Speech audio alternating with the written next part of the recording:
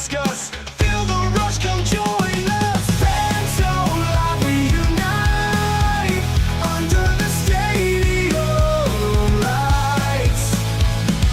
Every team, every score, we always hunger for more. Big plays, sideline views, breaking down the latest news. No holds barred, just our take. This is where legends await. Big plays, sideline views, breaking down the latest news. No holds barred, just our take. This is where legends await. Friday nights and Sunday games, we know all the biggest names. Huddled with the crew we trust. Football feeds the fire in us. Fans so live, we unite under the stadium lights. Every team, every score, we always hunger for more.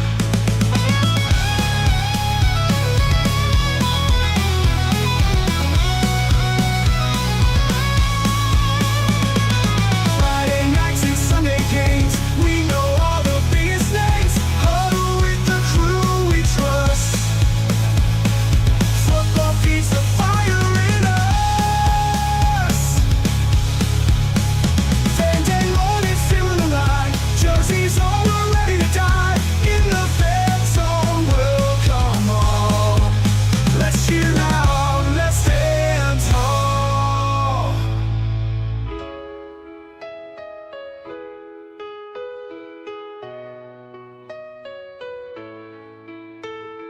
Back and forth, the stories fly. Who's the best? Fans can't lie. Touchdowns, tackles, we discuss. Feel the rush, come join us. Hey, welcome back to another Fan Zone Live. We are honored to have Coach Clark from the Minnesota Monsters with us this week. We had Jacob Lambert on with us a couple weeks ago when the team first got announced, and Coach Clark recently took over the head coach position. So we wanted to kind of hear where the team's going and where he's been. But before we get started, Tim, welcome back. It's good to have you with us. Thank you very much. And great to be back here from Coach, and obviously get the fans in Duluth hyped a little bit more. You got to do something during this off season. It's can be a quiet period in the AF1, but hey, any news is good news when it comes to the new team and for the league, obviously. But yeah, Coach, welcome. Glad to have you with us. Thank you. Thanks for having me. Fan Zone. I love it. So I know you've been real eager to get you on here, and I love to see that kind of passion coming from a coach. But you've got quite the history as a player, coach. You've seen this game at all different kinds of levels, and it's kind of impressive. Yes, sir. Had the opportunity to work out for the Browns out of college, then go to Canada, played in the UFL. The first year came out of 2009, and had a 9 years good stretch in the Arena League and Indoor League. And that's where we first crossed paths back in the old Iowa Barnstormers days. Back was it 2015, right? Yes, sir. So and then some last year it ended up being a little strange situation for you, right? You start out with Carolina. Yeah, I started out with Carolina with the Cobras in the NAL, and things went left. And then I got a great opportunity to come to the TAL with the Duluth Harbor Monsters. Now we the Minnesota Monsters. And now you're the head coach, which wasn't the plan when the season started. Oh, it was the plan. We tried to win the championship last year in 2025 and elevate from there. So, I don't want to get too much into the personal stuff, but have you talked to Coach O'Neill? Is he doing all right? Oh, yeah, I talked to Coach O'Neill yesterday. We reached out to each other on Facebook, and he texted me and just told me he had my back through everything, and we always brothers. We always going to stick together. That's great to hear he's still following everybody and that he is doing okay, because it was kind of an abrupt departure. Actually, on this show, he was in the chat the night before the announcement. So definitely caught me off guard to see the announcement the next day. So Yeah, definitely good to hear he's doing all right. yeah, we brothers up here, HBO. All us keep him in our prayers, and he always a monster. How did the obviously we know about with coach and his reasoning to step down and stuff like that. For you, working under him last year, being the OC for the Harbor Monsters, how do you as a staff member with him, a coach under him, and stuff like that. How are you were you able to make the not necessarily the transition, but how did you take the news? Because obviously such an abrupt decision like that, obviously for his health and stuff like that. But how were you able to balance what was told to you, and then obviously the being told that you were going to be hired as the Monsters' new head coach? First of all, I understand that mental health is a serious thing, and like I said, we all keep coaching our prayers.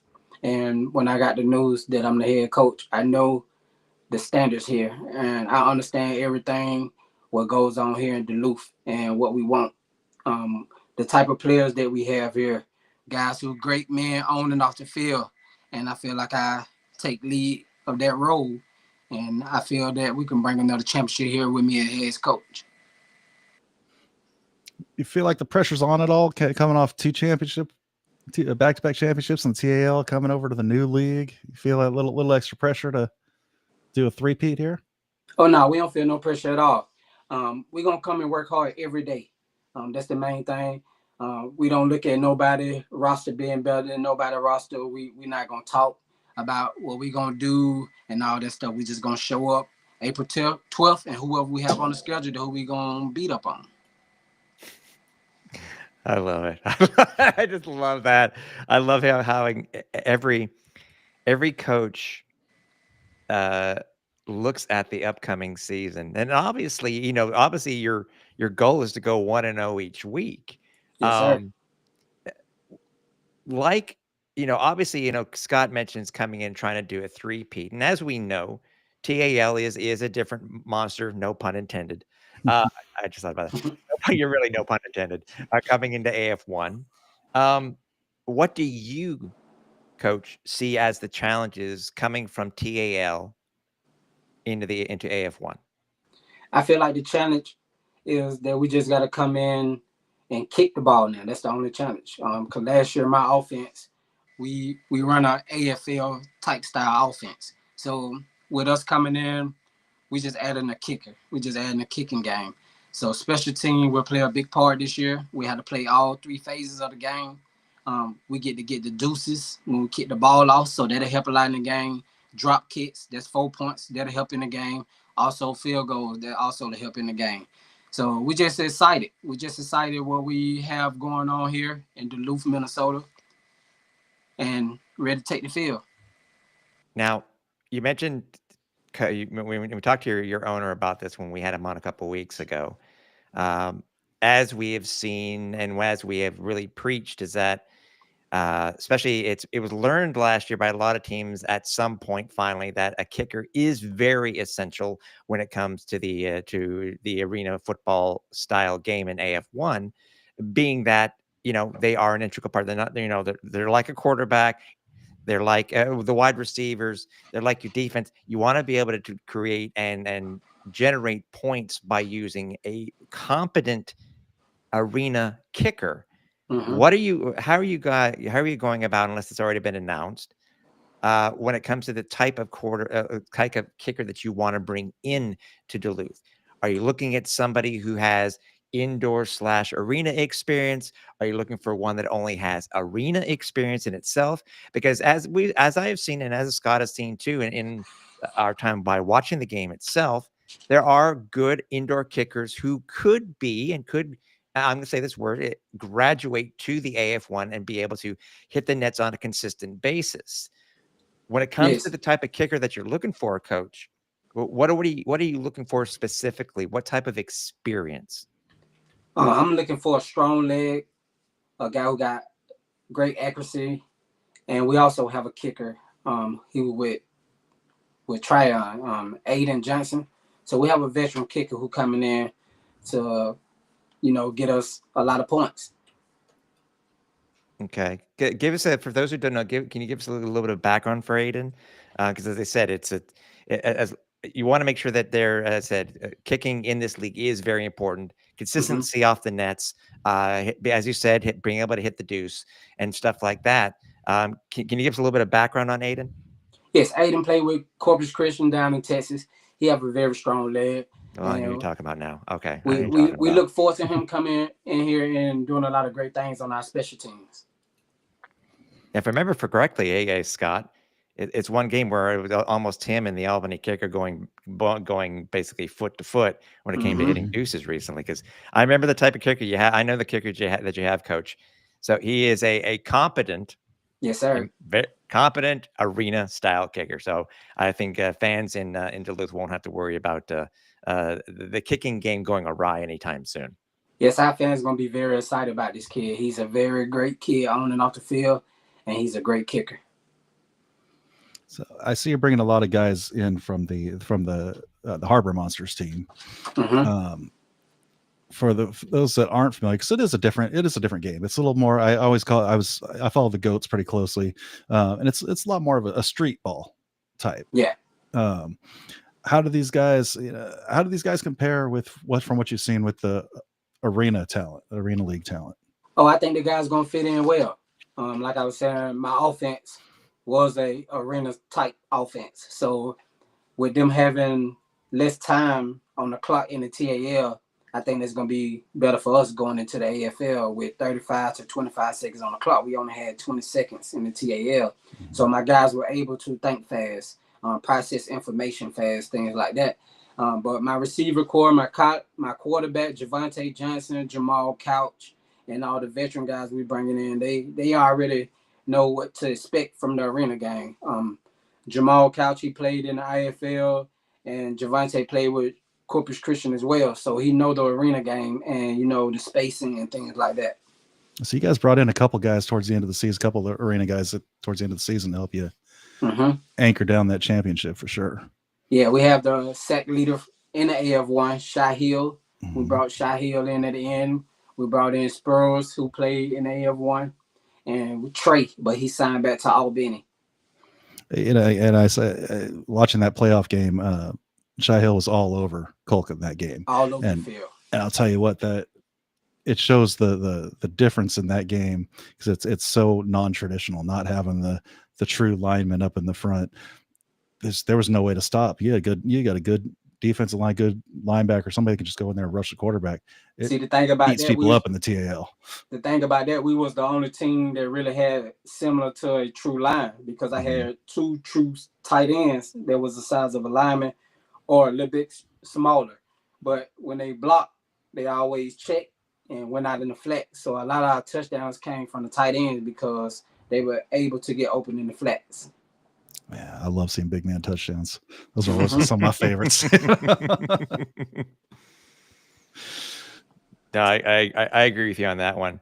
Now, with you being elevated to head coach, are you still going to be the OC coach? Yes, sir. I'm still calling the offense. I announced my DC when we closed the deal with him.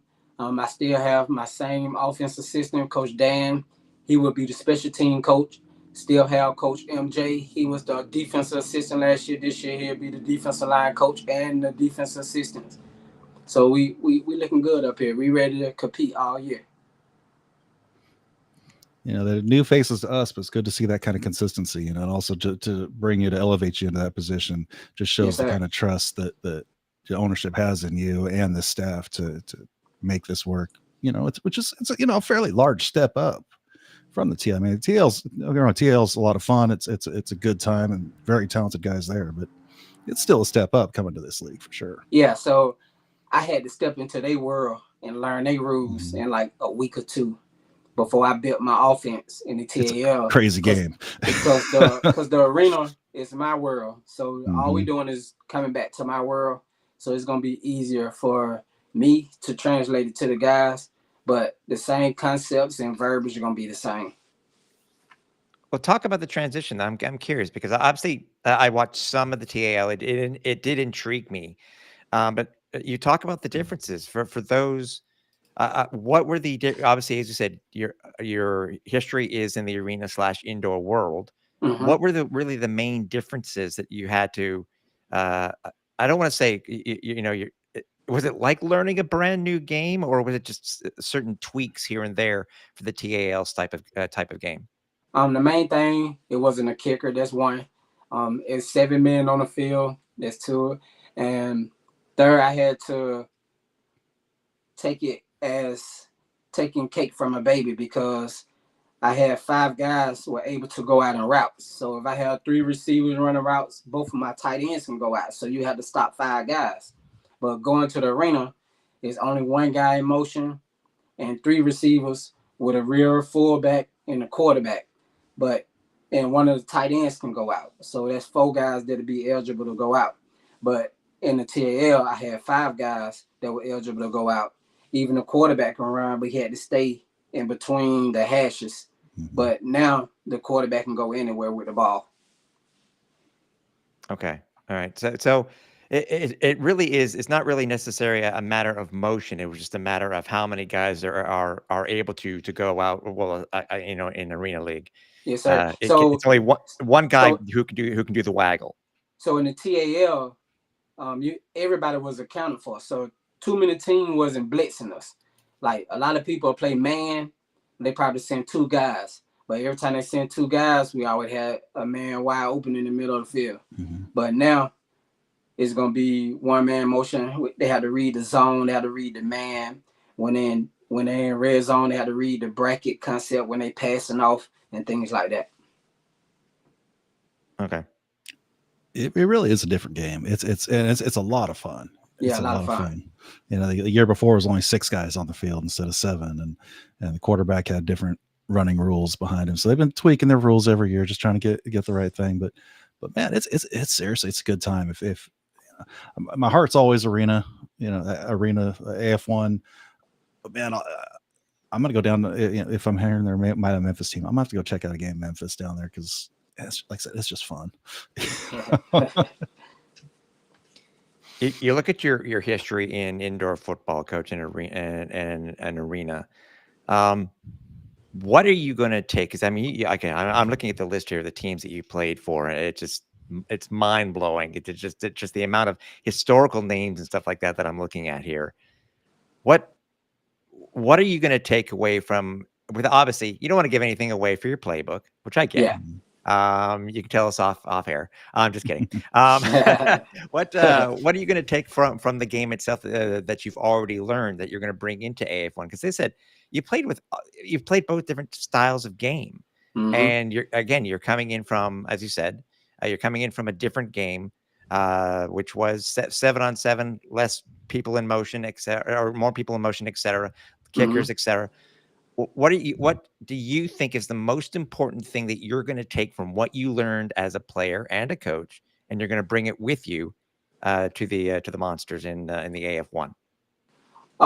Coming from the arena style play, all I know is HBO. I learned from Coach Pat O'Hara when I played for the Orlando Predators. So I have guys like that I can call and talk to about the arena game. I learned from James Fuller, who named me Speedy.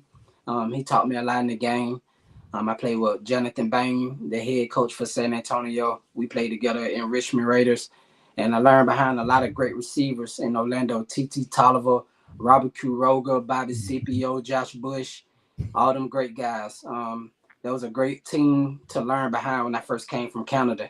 And what I bring to this game is knowledge, teaching guys how to be accountable on and off the field, how to be competitive, communicate, and be very transparent. So our main thing here in Duluth is to be transparent, be leaders on and off the field, and everything else will come. The community, they bought into what we have going on here.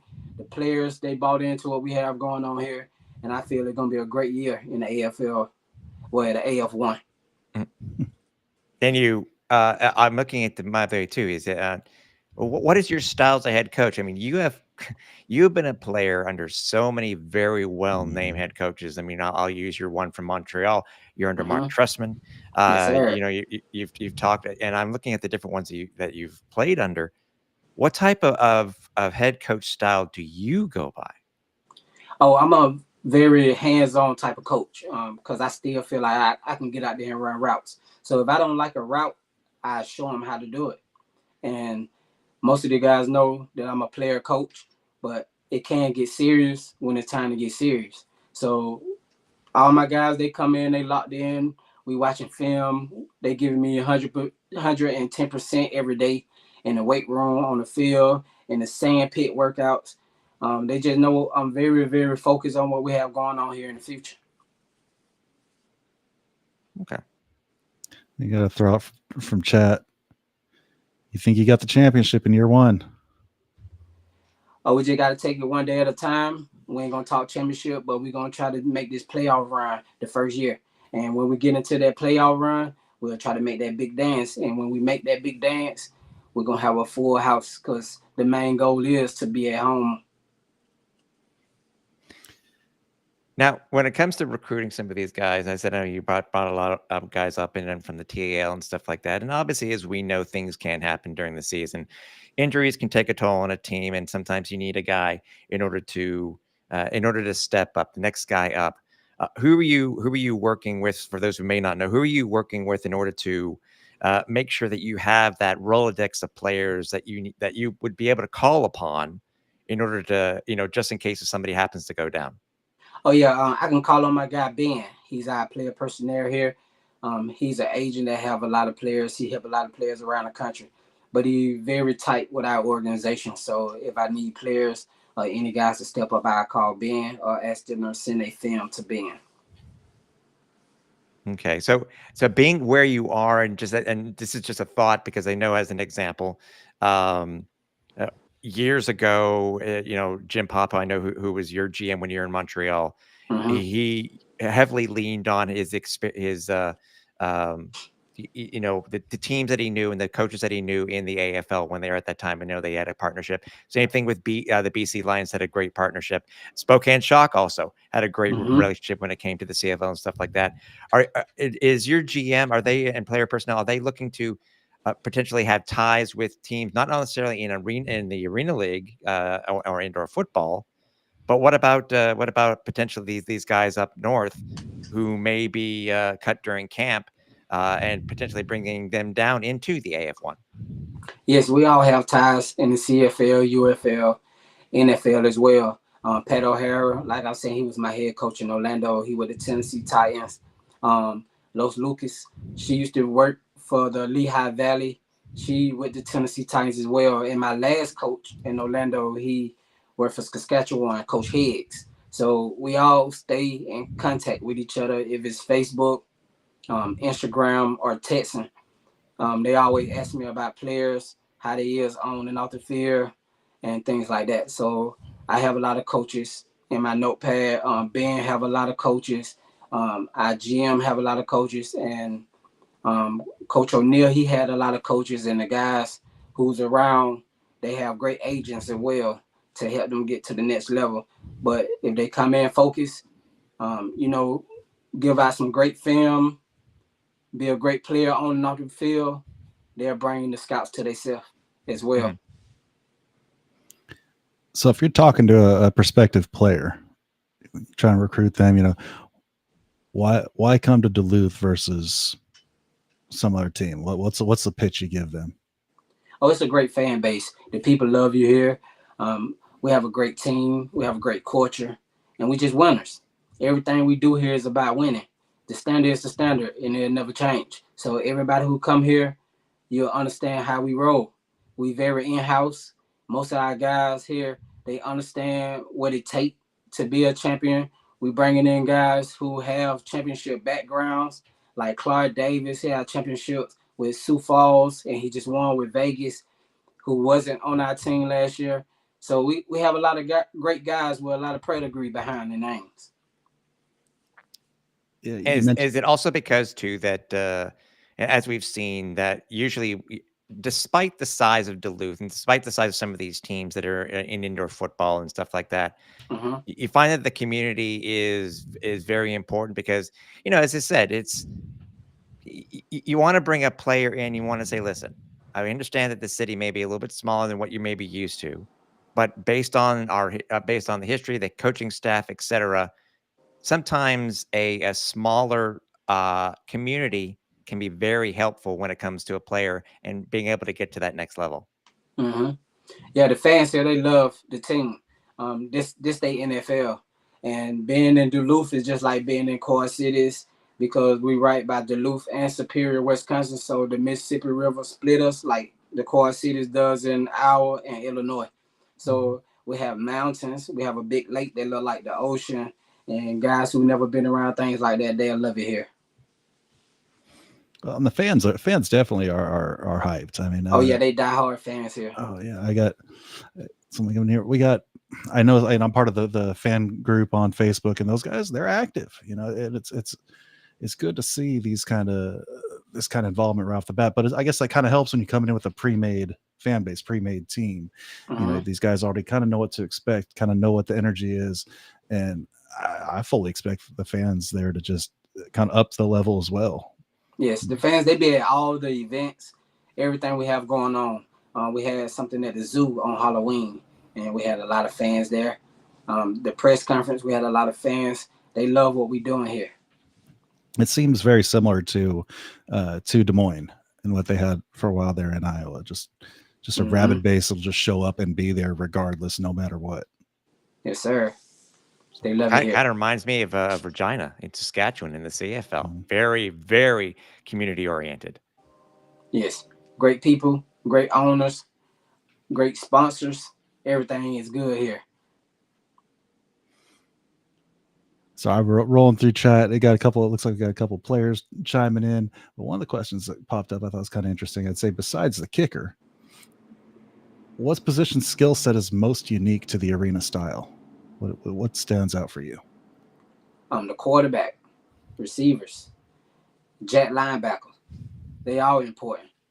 They all play a great part.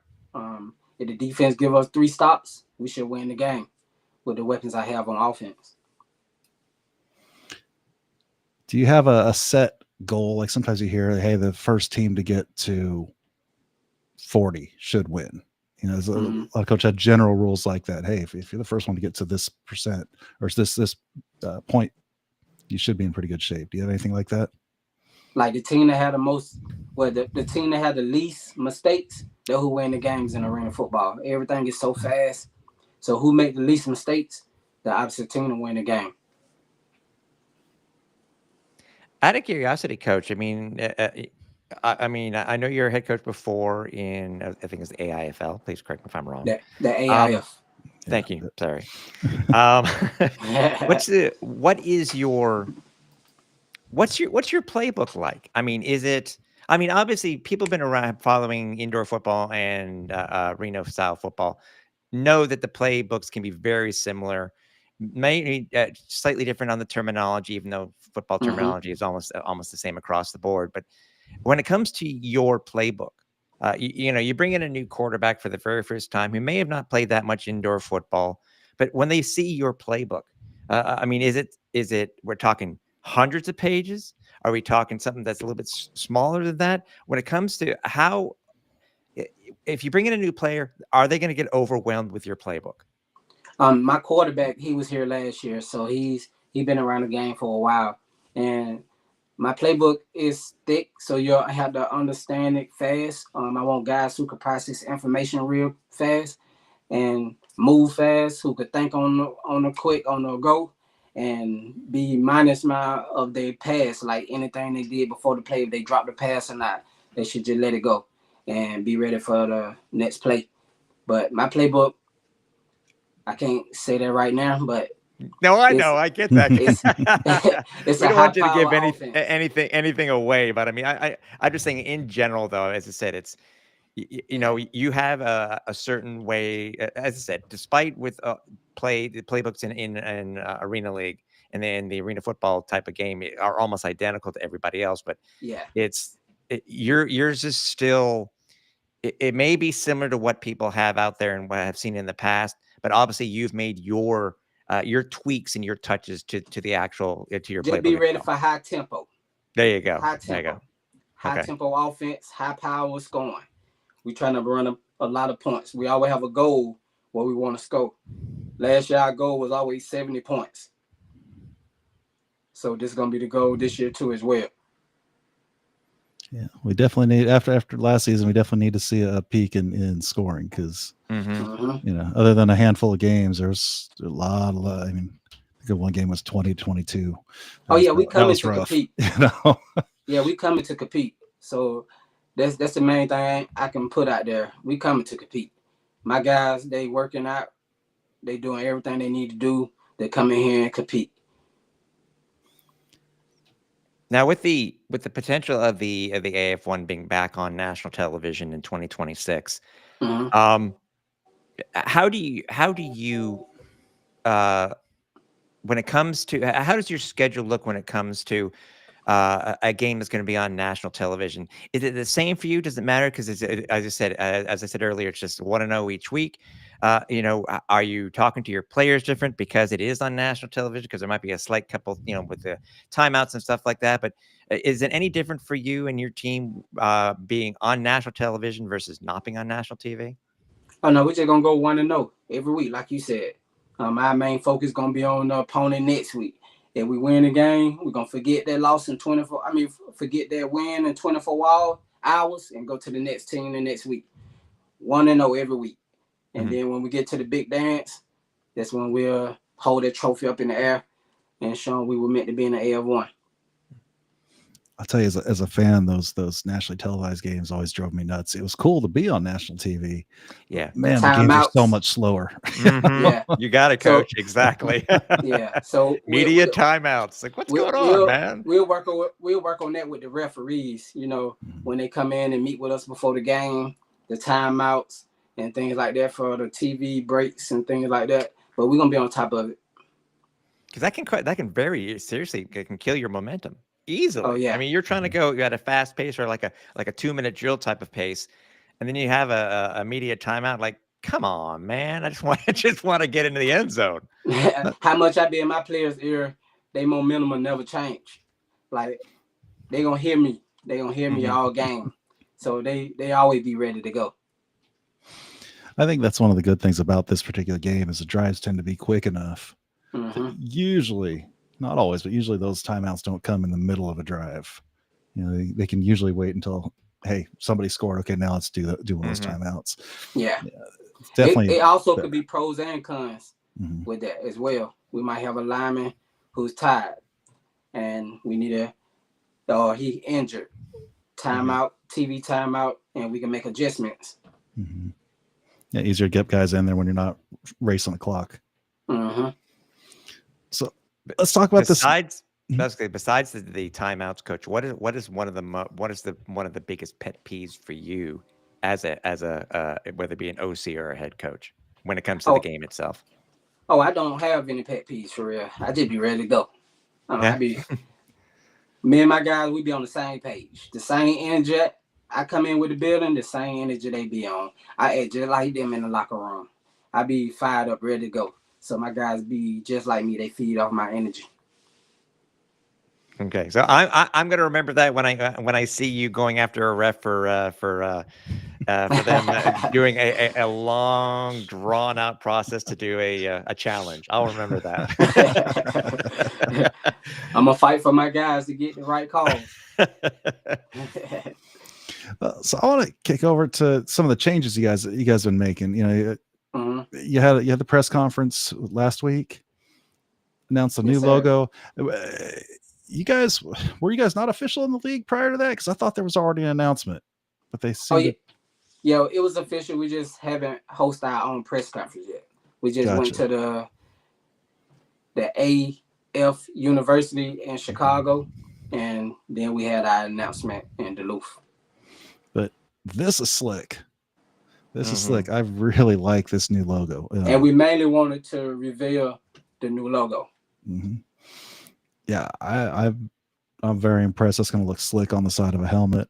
Like that's sharp. How's the reception been? How the fans taken to it? Oh yeah, this is a change for them.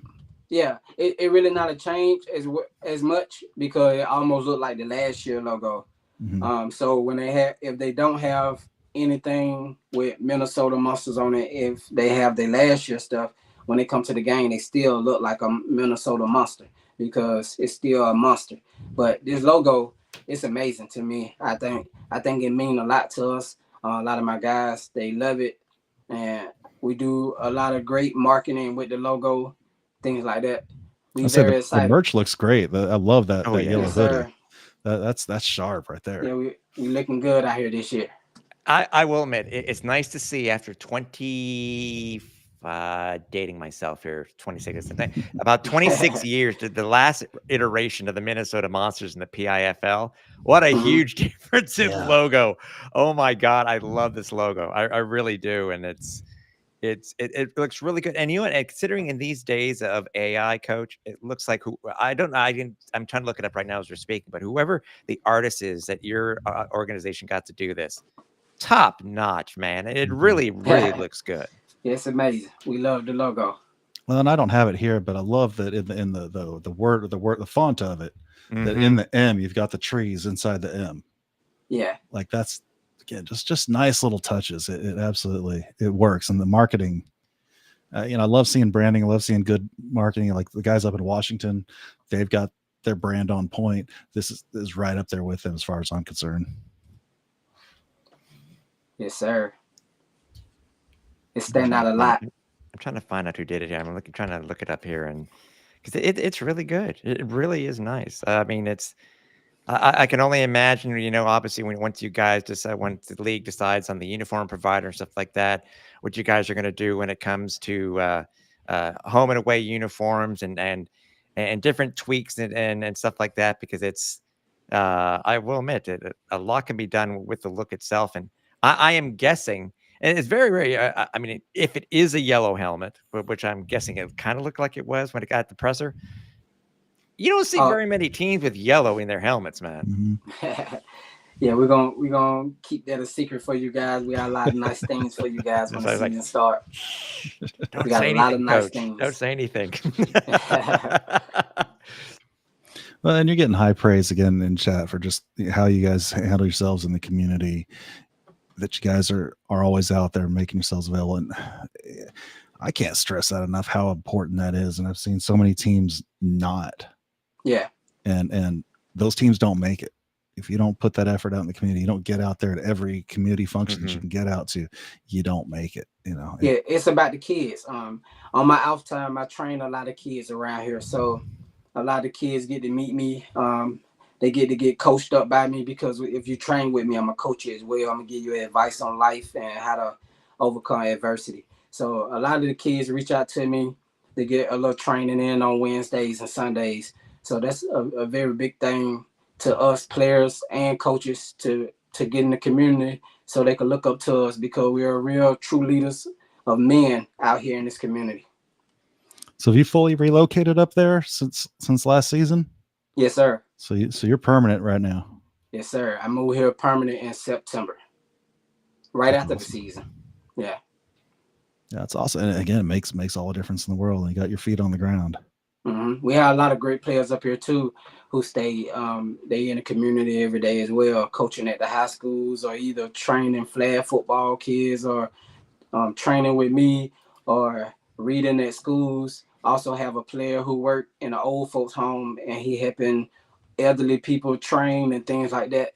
So yeah, we done a lot of great things in the community here. We love it. So getting back to a little more of the X's and O's of it, your quarterback, it's the same quarterback you had last season for the TAL championship. Mm-hmm. But again, the TAL is a different beast. Just how things are done. Is he an under the center quarterback or is he a shotgun quarterback? He both. I'm able to use him in all kind of ways because he's a great mobile quarterback. He's smart. He know how to make great reads, throw the ball with velocity, and he know how to read the field. So we're gonna come from under center and shotgun, and we're gonna give him different looks. Main thing we're gonna do is score a lot of points.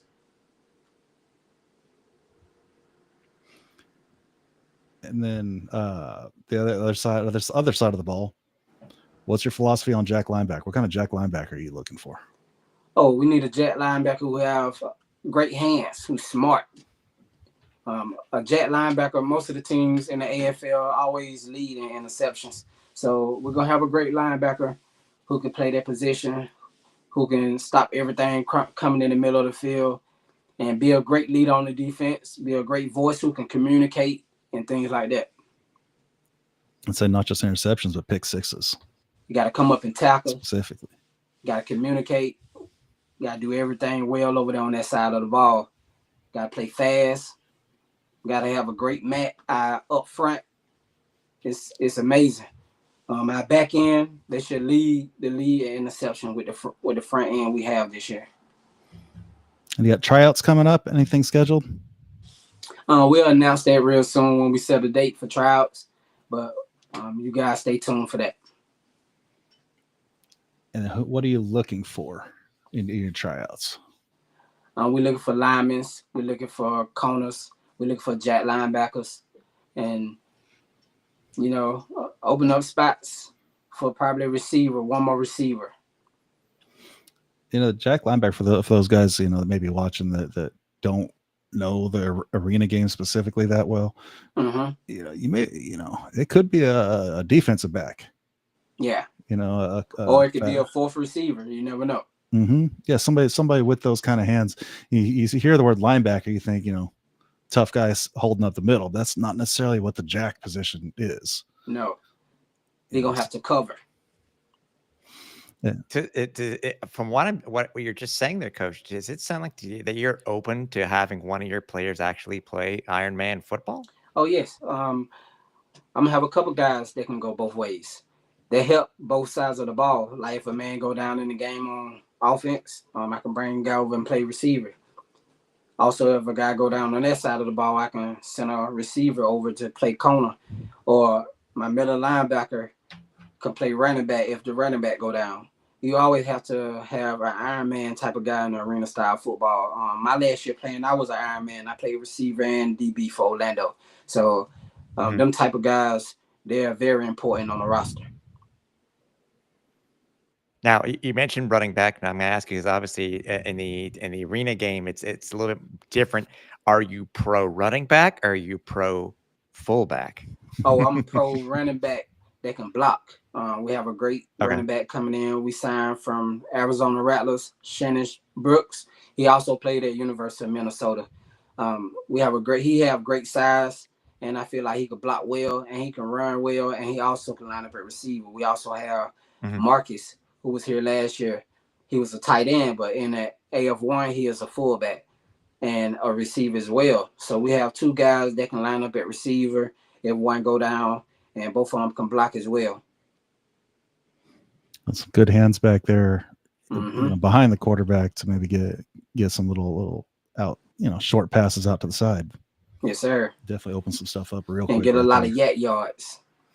And that's where this game is kind of special because you got that Mac linebacker who has to rush between the tackles. You got the jack who has to sit back. There's kind of no way to cover a pass out to the side to a running back. People have to understand in arena, 4 yards, 7 yards, that's a lot of yards in arena because it's nothing but 50 yards. So if my running back can average 5 yards a carry, we're in a good spot. No, the Soul made that happen back in the day with Derek Ross. That guy just ate everybody up, 4, 5, 6 yards a carry. I don't think he ended up setting the rushing records that he wanted to, but he came real close many times. So, yes, sir. So, out of curiosity, because I'm talking about looking at your history here, Coach. Your coaching style. Who does your coaching style mimic the most? Who does it? Which head coach have you that you've played under really has made such an impression on you that you said that's how your coaching style has been based off of? I could say Pat O'Hara and James Fuller. Them two guys, they were great coaches, great leaders. Their offensive style was fast paced.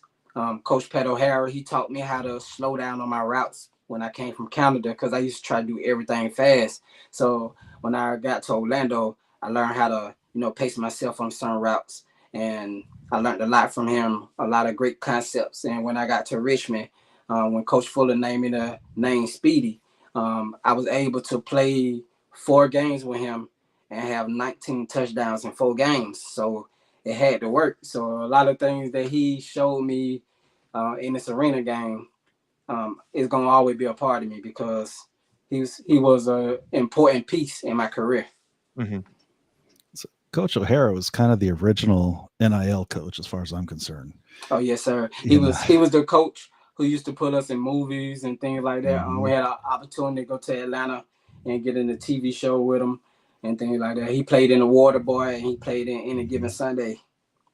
Oh yeah, and then if you I saw Coach O'Hara when he was here in Toronto. Oh, okay, yeah. So I was a season ticket holder for the Phantoms at the time that he was here. So I got to see Coach at that time. So it's and you know what, since you go ahead and you mentioned it, Coach, that let's find out a little bit more about you and stuff like that.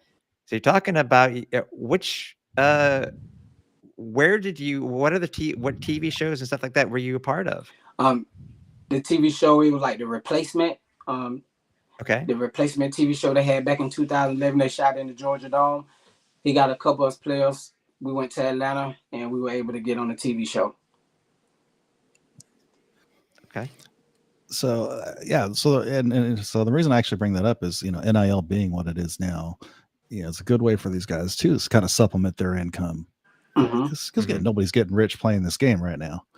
So do you have connections for, like, if I'm a new player coming in, look interested in Minnesota, anything in place, like, t-shirt guys can help me get my own t-shirt that I can sell, or how can you help me develop my image as a player, I guess is what I'm asking. Oh yeah, we have a lot of sponsors, a lot of NIL opportunity for the guys when they come here. It's about likeness. So when they get here, they'll understand that, and when they reach out to the sponsors, they'll give them opportunity to make more funds off the field. Does the league allow sort of a community fund? I guess that's for lack of a better term. The league, where they okay they with allow NIL. you to have. They okay with us giving NIL deals? Yes. Okay, Yeah. Interesting. Okay, so but is there a cap that you guys are allowed to do? Because as I said, this is information that Scott and I don't know, and that's why I'm asking. Is there an X amount that they're allowing you guys to do it, or is it just basically on a player by player basis, or is it what the sponsorships can offer, that type of thing? Is there any limitation to what I guess we'll call it the AF1 NIL deals that are available to all players? On the base pay on the contract is $400 for players, $300 for our players, $200 for active players, and with the NIL deals, it's up to the company on how much they want to give the player for the NIL deal. Okay. That definitely helps considerably. Mm-hmm. Yeah, trying to keep guys around and help the team. Tell you the team needs to be able to afford the players and rent and everything, and yes, sir. You can supplement it from the outside, man. These guys need more money, that's for sure. So,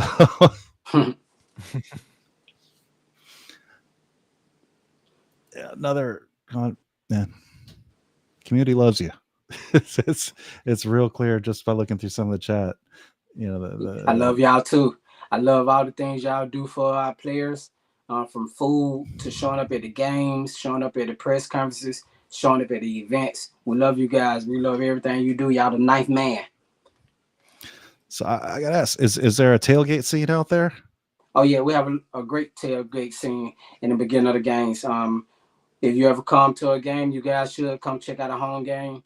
You pull up in the parking lot, a lot of guys and a lot of ladies, they be barbecuing and doing whatever they're doing before the game. See, that's what I like about Midwest football right there. Yeah. Absolutely love the tailgate, man. We used to set up some big parties back in Kansas City, back in the brigade days. Yeah, they love football up here. Yeah. A lot of Viking fans and a lot of Green Bay Packer fans, because we're right here between Wisconsin and Minnesota. So I see a lot of green and gold and a lot of purple and gold. That's a lot of conflict in the stand right there. Now it's a lot of black and gold. There you go. I guess that's the gold is what ties everybody together, I guess, right there. Yes, sir. So who is Coach Clark outside of football? What do you like to do? Music, video games, eating. What? Who is Coach Clark outside when he takes off his coach's cap? I'm a very unique person. I'm left-handed, so I can do music, coach. I like to hoop. I like to watch a lot of movies. I like to write music for people and things like that. I'm always to myself. I'm big in the community with the kids. I have an accounting degree, so I love numbers. So if I ever get an opportunity to work with somebody doing accounting work, that's one of my hobbies on the side. Well, any particular movies? Any genre that you really What's my look forward favorite to movie? rather than others? You saying what's my favorite movie? Well, what genre? I mean, horror, action, romance, no, I like drama. comedian movie. I like comedian movies. But I like funny movies. Okay. So you mentioned being a numbers guy. I know Tim, especially over at Arena Fan, they're big on numbers and stats. I've been trying to push this. I push this every year. I want to see the defensive stop as an official arena football stat. That'd be a great stat. Yeah, half a stop for a field goal, full stop for anything other.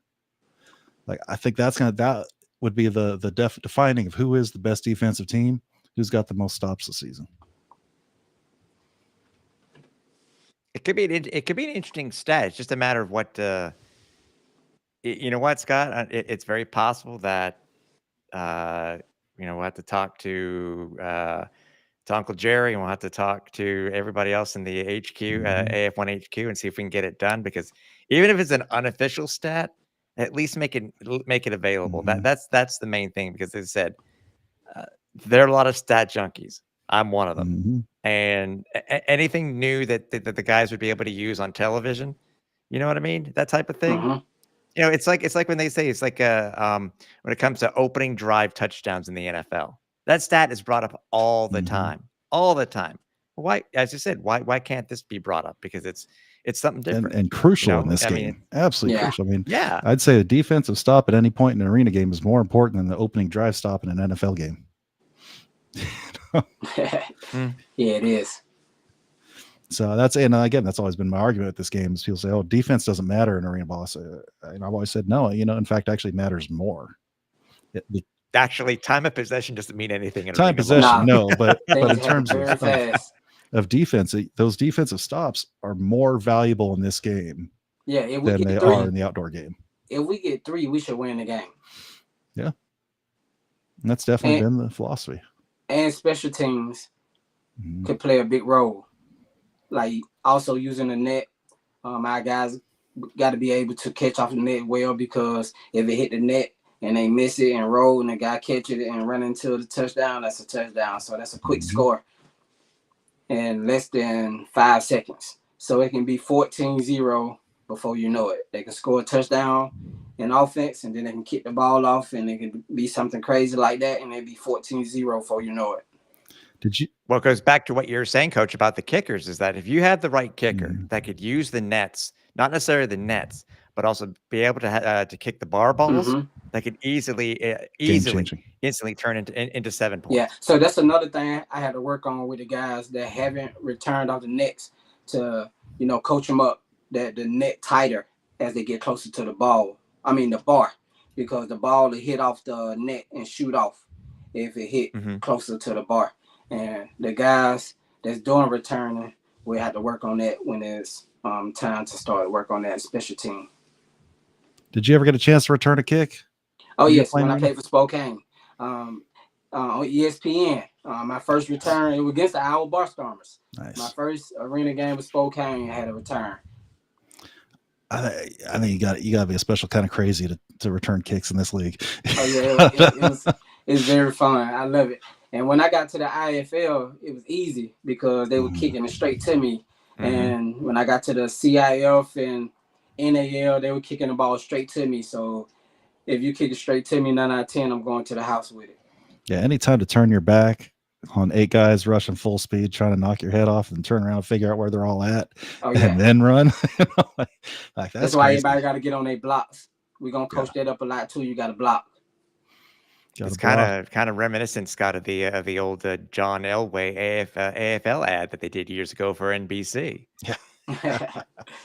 I remember back when I was playing in Orlando and it was during the playoffs, and one of the fans in Jacksonville had hold the Georgia Force player to the wall. I remember. Yep. That was the craziest thing I ever seen in arena football.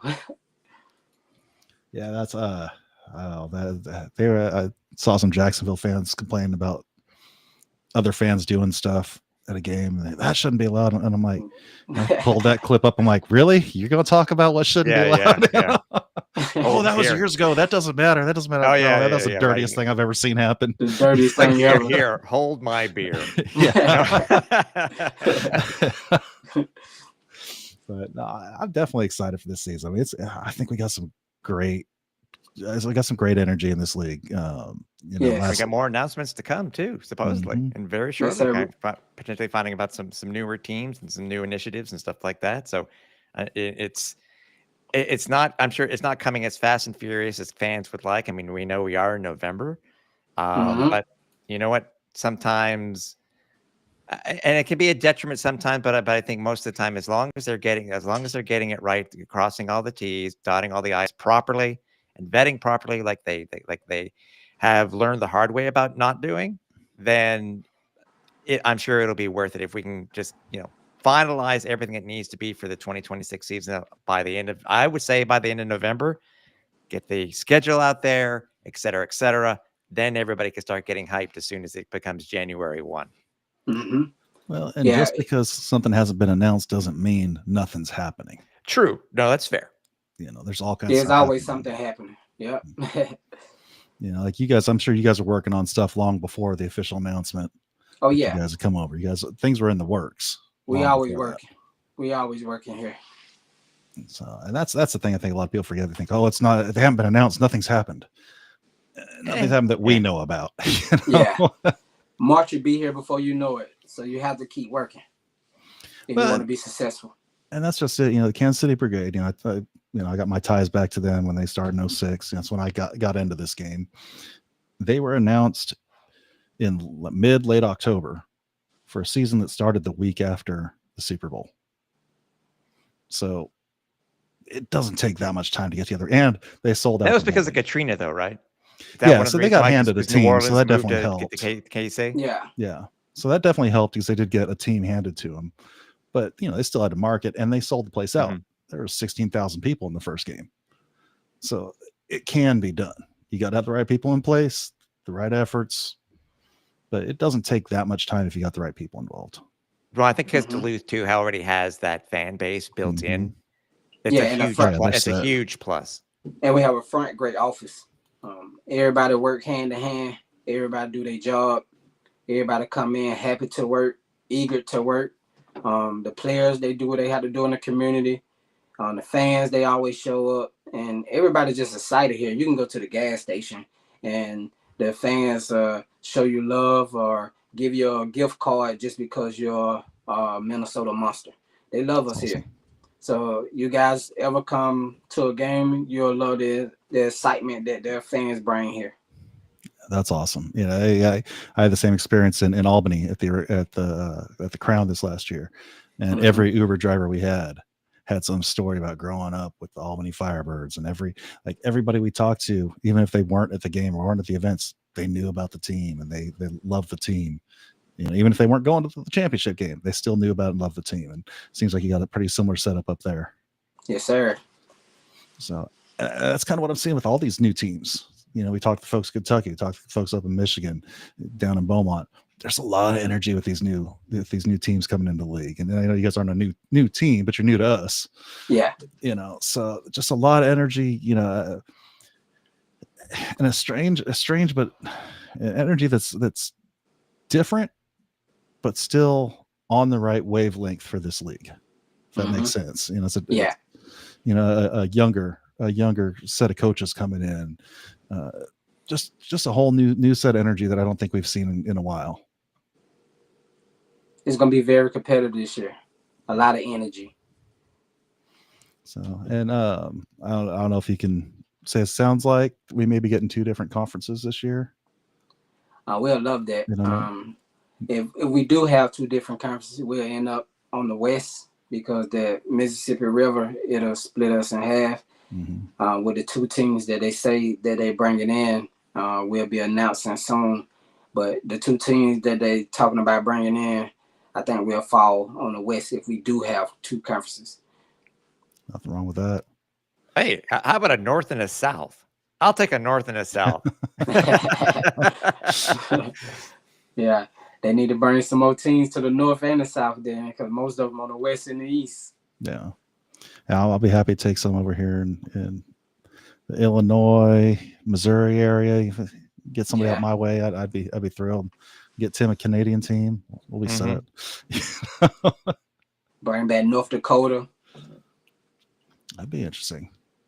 The Bucks from the old IFL. Pretty smart. That would be interesting. They had a lot of passion behind that team for sure.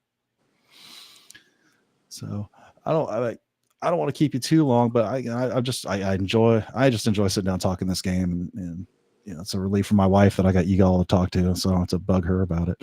So, but I love to talk football too. I can do this all day. I watch film every day, like 2 hours, just to get better and better, because there's always room for improvement. Just working on my craft every day as a coach, trying to better myself as a coach, be more disciplined as a coach, because it starts with me first. Oh, you know what? I change of thought here. What game of your career, playing or coaching, whatever, what game stands out the most to you when you think about, man, that one game? Okay, I can speak on that one. I remember it like yesterday.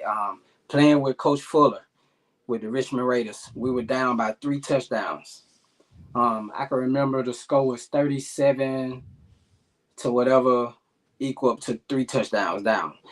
So me and my receivers group and the quarterbacks, we talked over on the sideline. Everybody lock in, you know.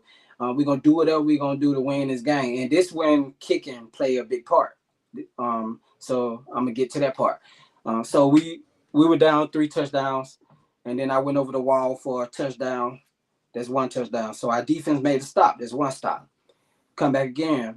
My other receiver, Herb Jones, he catch a touchdown, 1-hand touchdown. Then our defense make another stop. Then Scooby, he was the other receiver. He come back and make an acrobatic catch flipping. So all our catches were like 50-50 catches. I went over the wall.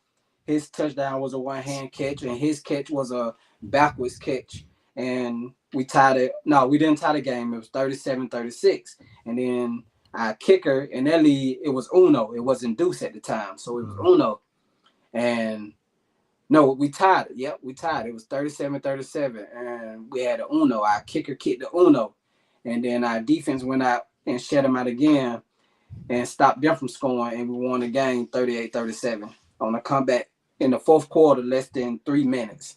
Our defense came out and played some football, got the stops, and offense, we scored every time we touched the ball, and we won the game 38-37 to go to the championship in 2015.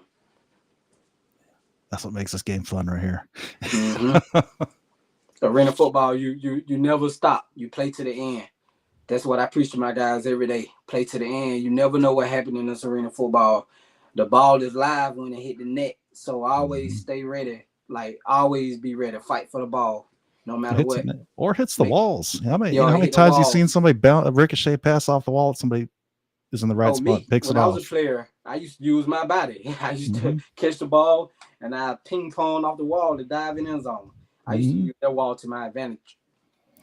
You know, some of the best players I've seen, especially recently, you see some of the vets come in that dominate, that maybe a little slower than they used to be. It's because, you know, both on offensive and defensive side of the ball, they use the wall to their advantage. Yeah. That's how you see the vet standing out these days is, and they use that wall as either another defender or use it to keep the defender away from them. Yeah. And it's a huge tool if you got the right guys that can pull that off. That wall could be pros and cons. It can help you on defense. It can help you on offense. So It depends on what situation you're in the game that you wanted to work. well, that back corner of the end zone is hard to defend. Oh, You it got a is. nice tall receiver. That's a hard place to defend. It is. And I want the ball placed it so only the receiver can get it or the fans. That's arena football for you. There you go. Tim, you look like you have something running through your head. Tim just having fun. Just for once. For once, It's- nothing in here. So, like I said, I want to keep you, but I just, I enjoy coming out here talking to y'all. What do people need to know about you, about the Monsters? Like, you wrap it all up in a bow. Like, how can they reach out to you? Players, fans, tickets, the whole works. Fans, you want to go get your tickets, visit our website, visit our Facebook page, Instagram, go get your tickets, go get your nice merch. We got hats, shirts, sweaters, pullovers, everything. Be excited about the season coming in 2026. March, we'll start count. First game will be April 12th. We don't know our opponent yet, but be ready for the best show on turf. Go follow all our pages on all social media. Go get your merchandise and just be ready. We coming. There you go. And if you're a player and you want to reach out to get a Go look, reach send us out some to tape. Ben.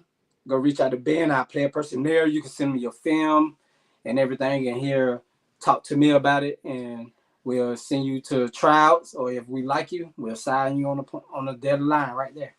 There you go. Hit up that QR code up in the top corner there by Tim. They'll take you right to their website for getting tickets, players, sponsors.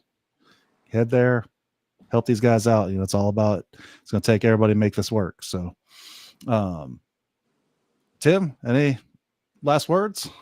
No, I'm just psyched. So I know wait. I'm too. Can't wait. It's getting closer. It's just getting that much closer. You already had your Thanksgiving. Ours is coming up. So That's right. I'm getting ready for Christmas. What are you talking about? right. Ours doesn't even start for a couple more weeks. So, but Coach, thank you so much for coming. I had a blast having you on. Hang on here for a couple minutes. We'll chat with you at the end. And Tim, again, love you. Appreciate you being on. Yeah, and my pleasure, man. I always have fun. As these Thanks other, for having me on. Of course. Y'all be excited about some Minnesota Monster football. We're gonna bring a lot to the arena world this year, and we're very excited. The fans excited, the sponsors, Jacob, Steve, Brianna, all the front office. We all excited on what we have going on here for 2026. Yeah. We'll be chatting as the season goes on too. I'm sure we'll have you back on at some point. Sir. But yeah, no, thank y'all. Thank everybody for coming in chat. Again, this you got a good fan base. You got a good solid fan base. I'm excited to see y'all in this league and see the kind of energy you're gonna bring to this game. So I think it's gonna be something special. Yes, the fans, the backbone of this organization. They do a lot of great things for us. So we'll probably not have another show till we get a little more info on who these other teams are coming in. Sounds like there's a couple announcements coming up. But some news breaks, we'll get somebody on here with us, talk about it. We've been doing a pretty good job, I think, keeping up with that, and we're gonna keep rolling with that. So until next time, thank you everybody in chat for showing up. Coach, thank you. Tim, thank you. And we'll do this next time. Take care, all. Touchdowns, tackles we discuss. Feel the rush, come join